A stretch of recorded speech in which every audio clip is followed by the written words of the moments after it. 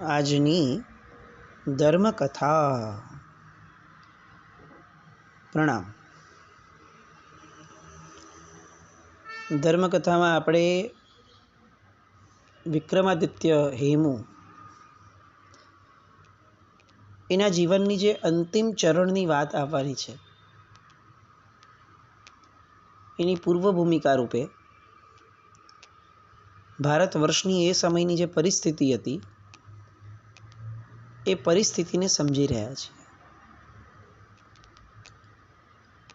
જ્યારે શેરશાહનો પુત્ર સલીમ શાહ એ મૃત્યુ પામ્યો, મુબરીઝ ખાન ફિરોઝ શાહને કતલ કરી અને સિંહાસન પર બેઠો,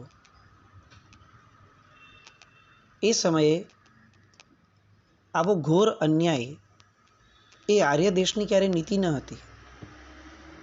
આ રીતનું રાજકારણ એ આર્ય પુરુષોને, આર્ય જનોને ઇષ્ટ થાય એ કદાપી શક્ય ન હતું. અને તેમ છતાં આખો આર્ય દેશની પ્રજા, રજપૂત રાજાઓ, હિન્દુઓ, જૈનો, આ બધા જ વ્યક્તિઓ સમસમીને પણ અંતે ચૂપ થઈને બેસેલા હતા. આ જ વસ્તુ હેમરાજ શેઠને ભારે લાગી. એમને એવું લાગ્યું કે જે પ્રજા જ નિર્બળ છે, જે પ્રજાને સત્વ ફોરવાવું જ નથી, એ પ્રજાને સારો રાજા મળે તો પણ શું અને ન મળે તો પણ શું, એ પ્રજાને પોતાના દેશનો રાજા મળે તો પણ શું અને પરદેશનો રાજા મળે તો પણ શું. આ વાત આજે આ અવસરે પણ બહુ ઉપસ્થિત લાગે છે. આપણે આજની આપણી પરિસ્થિતિ જોઈએ, કદાચ બહુ મેક્રો લેવલ ઉપર વિચાર કરીએ તો આજે આપણો દેશ અનેક વિદેશીઓની ગુલામીમાંથી બહાર નીકળેલો, પણ તેમ છતાં આજની જનરેશન ફરીથી એ વિદેશીયતની ગુલામ થતી ગઈ. ફરીથી એ જ પશ્ચિમીકરણ એ માનસિકતા ઉપર એટલું બધું છવાઈ જવા લાગ્યું કે પહેલાં પશ્ચિમવાળાઓ આ દેશ ઉપર રાજ કરતા હતા, મુગલો આ દેશ પર રાજ કરતા હતા. હવે પરિસ્થિતિ એના કરતાં એટલી બધી નબળી થતી ગઈ કે હવે આ દેશના લોકોના મગજ ઉપર પશ્ચિમિયત રાજ કરે છે. એમના માથે ભલે કદાચ દેશી રાજા દેખાય છે, પણ બધાના માનસપટ, મગજ, વિચારધારા એ બધી જ ગુલામીની પરાકાષ્ઠાની અંદરમાં, ગરતાની અંદરમાં એ ધકેલાયેલી દેખાય છે. આવું સમજનારા ઘણા લોકો છે, આવું જાણનારા પણ ઘણા લોકો છે, પણ તેમ છતાં એ બધા જ ને નિસત્વતા નામનો રોગ લાગુ પડ્યો છે. અને એ સમયે જેમ હેમરાજ શેઠ વિચારતા હતા કે આવી નિસત્વશાળી પ્રજાને દેશી રાજા મળે તોય શું અને પરદેશી રાજા મળે તોય શું, બસ એક્ઝેક્ટ આ સ્થિતિમાં આપણે છે.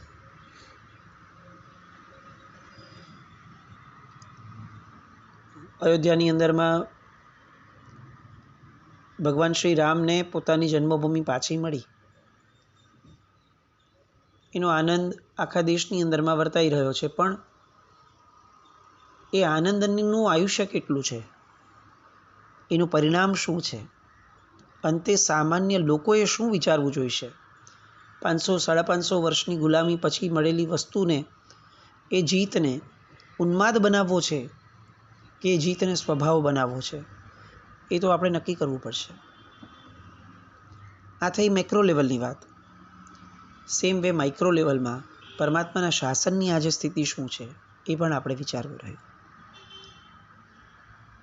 આ બધી વાતો એટલી લાંબી છે કે આ વાતો, આ વિચારો, આ પ્રશ્નો, આ વેદનાઓ એનો કોઈ જવાબ નથી.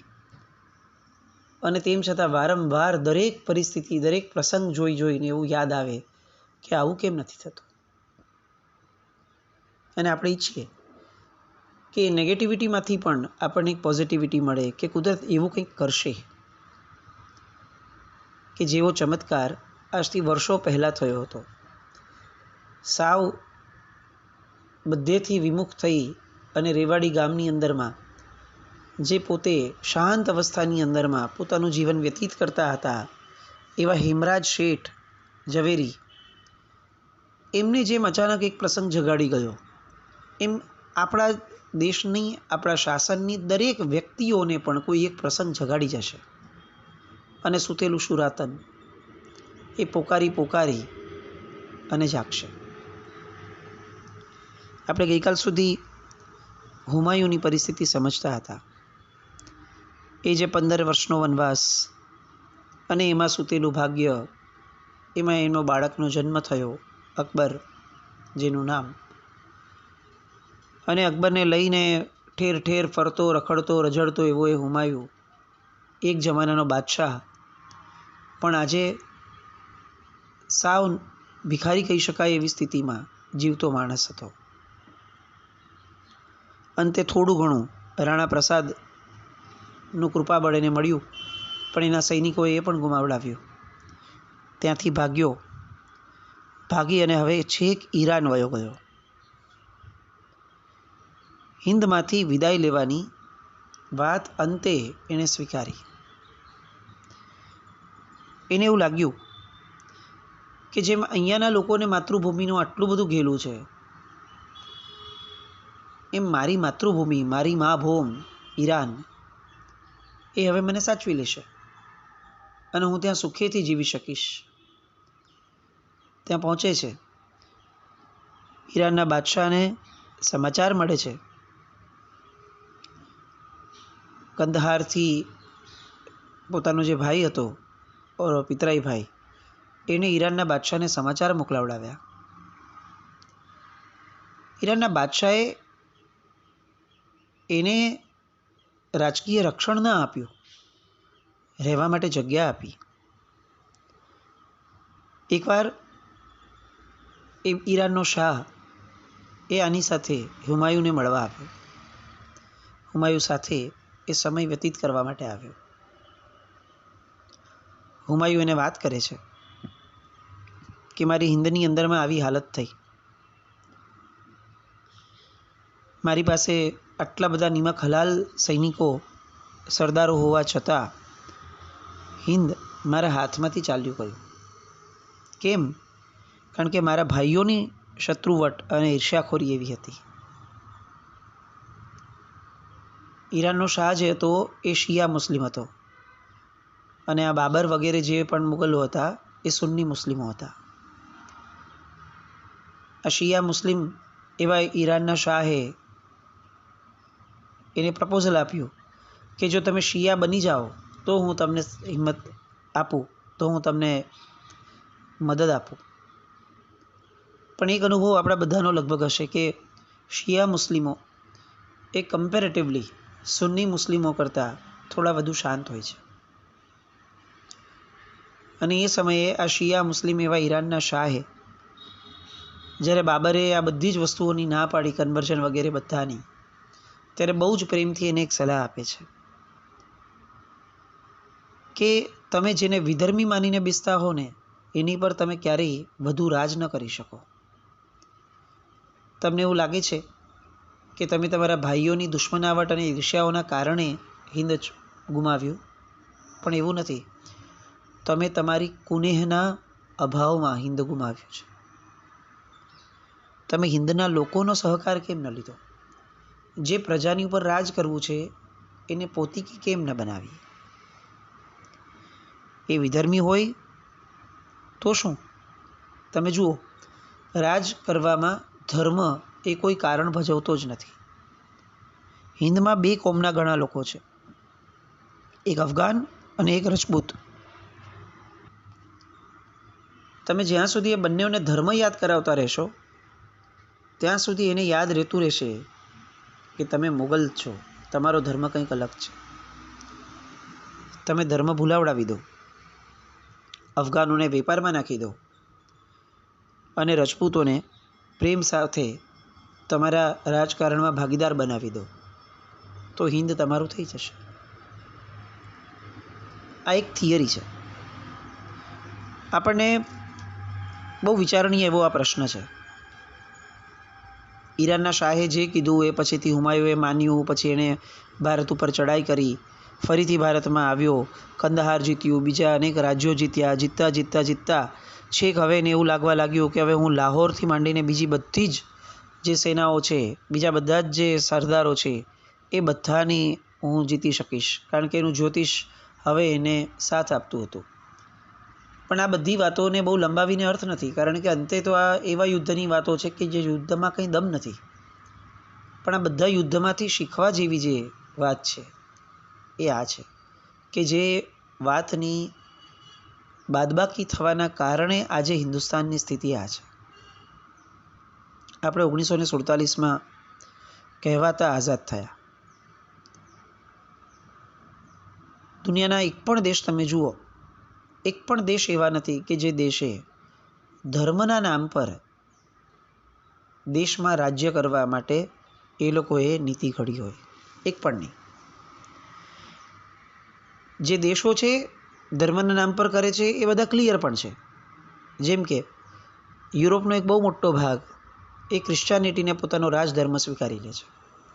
એટલે હવે શું થયું, આ દેશની અંદર રહેતી પ્રજા એને હવે ધર્મ એ મુખ્ય વાત ન રહી, કારણ કે ધર્મ મુખ્ય બની ગયો. એટલે હવે અર્થકારણ એ મુખ્ય થયું, જીવનની રોજિંદી ઘટનાઓ એ મુખ્ય થઈ. દુનિયાનો એક બીજો મોટો પટ્ટો છે કે જેણે ઇસ્લામને પોતાનો રાજધર્મ બનાવ્યો છે, ઇસ્લામિક રાષ્ટ્રો છે. એટલે ત્યાં પણ શું થયું કે ધર્મ એ મહત્વનો ન રહ્યો, કારણ કે ધર્મ પ્રમાણે જીવવાનું છે એ નક્કી થઈ ગયું. એટલે હવે એ ફોકસ ન થયું, હવે ફોકસ રોજિંદુ જીવન અને ડેવલપમેન્ટ થયું. જ્યારે 1947ની અંદરમાં હિન્દુસ્તાન સાથે એ ઘટના ન થઈ. આપણે ત્યાં બે ભાગ પડ્યા. એકે ફરીથી ધર્મને મહત્વનો બનાવ્યો મુસ્લિમ લીગે અને માંગણી કરી કે અમને અમારું એક ઇસ્લામિક રાષ્ટ્ર આપી દો. અપાઈ ગયું. તો હવે જે બચ્યું હતું ત્યાં સેમ જે ઘટના થઈ, મુસ્લિમો છૂટા પડ્યા, તો અહીંયા હિન્દુઓનું થવું જોઈતું હતું. એની જગ્યાએ ધર્મને એક મુદ્દો બનાવી અને આપણા માથે સેક્યુલરિઝમ નામનો એક તત્વ એ ઘુસાડી દેવામાં આવ્યો. થયું શું, આપણી નજર આજ સુધી 75-77 વર્ષે પણ આપણી માટે મુદ્દો મહત્વનો ધર્મ જ છે. કેમ? કારણ કે ધર્મ એ વિખવાદનું કારણ છે. એક હથ્થું સત્તા હોત જેમ ઇસ્લામિક રાષ્ટ્રો પાસે છે, જેમ ક્રિશ્ચિયાનિટીવાળા રાષ્ટ્રો પાસે છે, તો ધર્મ એ મુદ્દો જ ન હોત અને રોજિંદુ જીવન વગેરે એ બહુ મહત્વની ઘટના હોત.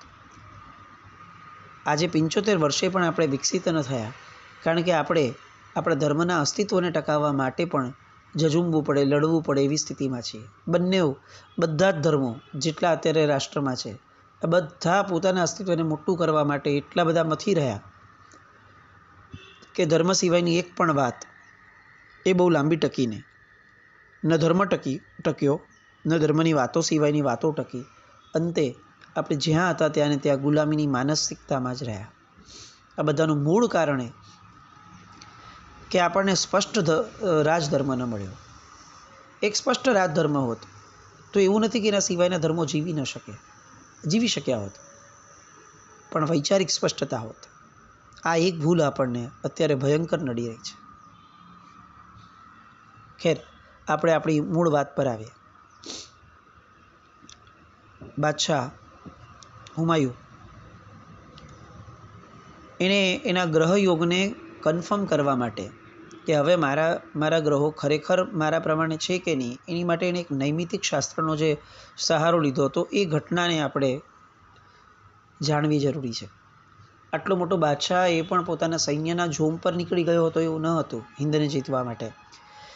એને એક અલગ ક્ષણ આવી જ્યારે એના ગ્રહો એને એમ લાગ્યા કે હવે બધા સાબુત છે. તો એ ગ્રહ યોગને રીકન્ફર્મ કરવા માટે એણે એના સરદારને હુકમ કર્યો કે જાઓ, પહેલાં જે 3 વ્યક્તિઓ મળે એ 3 વ્યક્તિઓને પકડીને અહીંયા લઈ આવો. રાજમહેલમાંથી નીકળો અને જે પહેલાં 3 વ્યક્તિ મળે એને અહીંયા લઈ આવો. એ 3 વ્યક્તિને લઈ આવ્યો સરદાર. પહેલાંનું નામ હતું દૌલત ખાન, બીજાનું નામ હતું મુરાદ બેગ અને ત્રીજાનું નામ હતું સાદત અલી. દૌલત ખાન એટલે ધન સંપત્તિ, મુરાદ બેગ એટલે સદભાગ્ય પોતાની બધી ઈચ્છાઓ પૂરી થાય એવું ભાગ્ય, અને સાદત અલી, સાદત એટલે ઈષ્ટની પ્રાપ્તિ. આ ત્રણ વ્યક્તિઓ જે મળ્યા એટલે હવે આ હુમાયુનું જ્યોતિષ, એનું નિમિત્ત શાસ્ત્ર એને કહેવા લાગ્યું કે આ સૌથી શ્રેષ્ઠ શુકન છે, દોલત મળશે, મુરાદ મળશે અને શહાદત પણ મળશે. કૂચ કરવાની ઘડી આવી ગઈ. બસ એવી જાહેરાત થઈ. હિન્દ તરફનું પ્રયાણ થયું. 15,000ની સેના સાથે કાબુલથી નીકળ્યો. સાથે 12.5 વર્ષનો અકબર હતો અને પોતાનો વજીર બહેરામ ખાન હતો, અને પ્રારબ્ધનો એ પૂજારી એને શસ્ત્ર વગેરે સજ્યા. લાહોર કબજે કર્યું, રોહતાસ કબજે કર્યું. દિલ્હીપતિ એ સમયે સિકંદર શાહ બની બેઠો હતો. મુબ્રિઝ ખાન પાસેથી સિકંદરે એને હરાવી અને પોતાની સત્તા સ્થાપિત કરી દીધી હતી. મૂળમાં તો બંને પાછા મિત્રો હતા, સંબંધીઓ હતા, પણ તેમ છતાં સત્તાને તો કયો સંબંધ નડે છે. એટલે હવે અહીંયા મુબ્રિઝ ખાન પોતે જીવનમાં કરેલા તમામ પાપો, એ પાપોને યાદ કરી અને રડવા સિવાય એની પાસે બીજું કોઈ જ કાર્ય નથી બચ્યું. કારણ કે એને જેની પર ભરોસો કર્યો હતો એવો સિકંદર શાહ, એ સત્તા લઈને બેસી ગયો. પાછા સિકંદર શાહમાં પણ બીજા 2 લોકો એવા હતા, એના જ સૈન્યના સરદારો, કે જેની સામે પડ્યા હતા. ઓવરઓલ જોવા જઈએ તો હિન્દુસ્તાનની એ સમયની સ્થિતિ એ એક્ઝેક્ટ આજના સ્થિતિ જેવી હતી, ન ધણિયાતી. આજે પરમાત્માનું શાસન જોઈએ તો પણ આપણને એમ લાગે કે એટલા બધા ધણી આપણા માથે છે, અને તેમ છતાં સામાન્ય વ્યક્તિ, એના પ્રશ્નો, એ બધું ન ધણિયાતાને જેવી સ્થિતિમાં એને અનુભવાય. એક તંત્ર જે જૈન શાસન આપે છે, જે 24 તીર્થંકર પરમાત્માઓ અનંત કાળથી જે પરમાત્માઓ આપીને જતા હતા અને અનંત કાળ સુધી આપીને જવાના છે, એ હતું તંત્ર. આપણે ત્યાં શાસનની સ્થાપના થાય છે, ધર્મની નથી થતી. ધર્મની તો પ્રથમ તીર્થંકર કરી દે છે. ધર્મ એ વ્યવહાર છે. વ્યવહારની સ્થાપના એક જ વાર થાય, એ પછીથી વ્યવસ્થાની સ્થાપના થાય. જો વ્યવસ્થા તંત્ર મજબૂત હોય તો વ્યવહારો બધા આપોઆપ મજબૂત થઈ જ જાય. એટલે તીર્થંકર પરમાત્માઓએ તંત્રની સ્થાપના કરી. આજે આપણી પાસે વ્યવહારો ઘણા છે, તંત્ર, બસ આ બધી વિચારણાઓ જે આજે બહુ જ આવશ્યક છે, એવી રીતે એ સમયે પણ આવશ્યક હતી.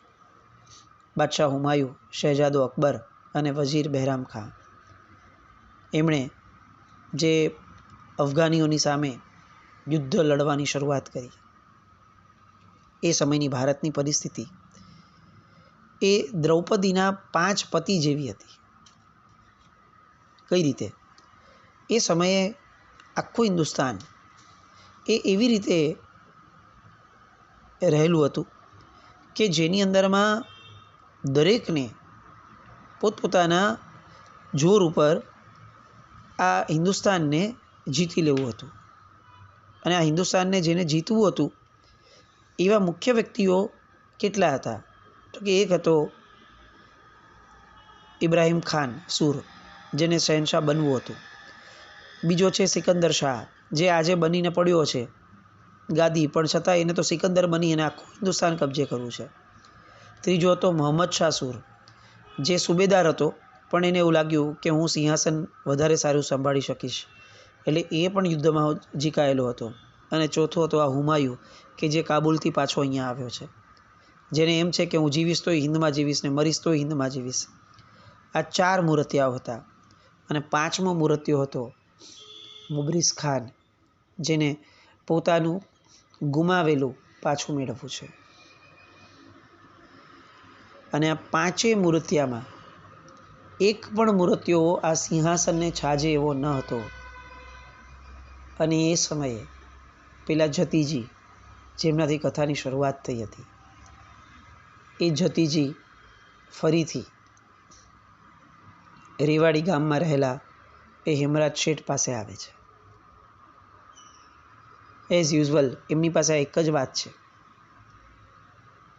કે હું તમને આ દેશના વિક્રમાદિત્ય તરીકે બનતા, હું આ દિલ્હીના રાજમાર્ગો પર વિચરતા તમને જોઈ રહ્યો છું. અને એમની પાસે આ વિક્રમાદિત્ય બનાવવાના આશય પણ હતા. એ જ્યારે બધી ફરી ફરીને વાતો કરી રહ્યા છે ને એ સમયે એક ડોલી અચાનક આ રેવાડી ગામના હેમરાજ શેઠના ઘર પાસે ઉતરી અને એમાંથી કોઈ એક વ્યક્તિ એવું બહાર આવ્યું કે જે વ્યક્તિ આ પાંચેય મૂર્તિયાઓ જે હતા આ દેશ પર કબજે રાજ કરવાવાળા, એ પાંચેય માટે બહુ જ નબળા સમાચાર મળે એવા હેમરાજ શેઠ એમની આ પાંચેયની વચ્ચે, પાંચેયની ઉપર એક એન્ટ્રી થઈ શકે એવી કંઈક વાત લઈને આવી. જતીજીને પણ ના પાડી દેનારા એવા હેમરાજ શેઠ એ અચાનકથી એમની અંદર સૂતેલી એ બધી જ ભાવનાઓ એ હવે એક વ્યવસ્થિત દિશા સાથે બહાર આવે છે. એ વ્યક્તિ કોણ હતું કે જે અચાનક ડોળીમાંથી ઉતર્યું અને હેમરાજ શેઠને હિંમત આપી દીધી? હેમરાજ શેઠ તો બરાબર, એમના પત્ની કુંદન દેવી, એમના પિતા રાજપાલજી, આ બધા જ કન્વિન્સ થયા અને વિક્રમાદિત્ય બનવા માટેની અંતિમ લડાઈ માટે હેમરાજ શેઠ તૈયાર થયા. એ કોણ હતું અને આ કઈ રીતે શક્ય બન્યું અને શક્ય બનતા પૂર્વેની ઘટનાઓ આવા હિન્દુસ્તાનને કઈ રીતે હેમરાજ શેઠ જીતે છે, એ બધી વાતો માટે આવતીકાલે ફરીથી મળીએ. જીના આગળ વિરુદ્ધ કંઈ પણ બોલાવ્યું હતું મિચ્છામિ દુક્કડમ. જૈનમ જયતિ શાસન.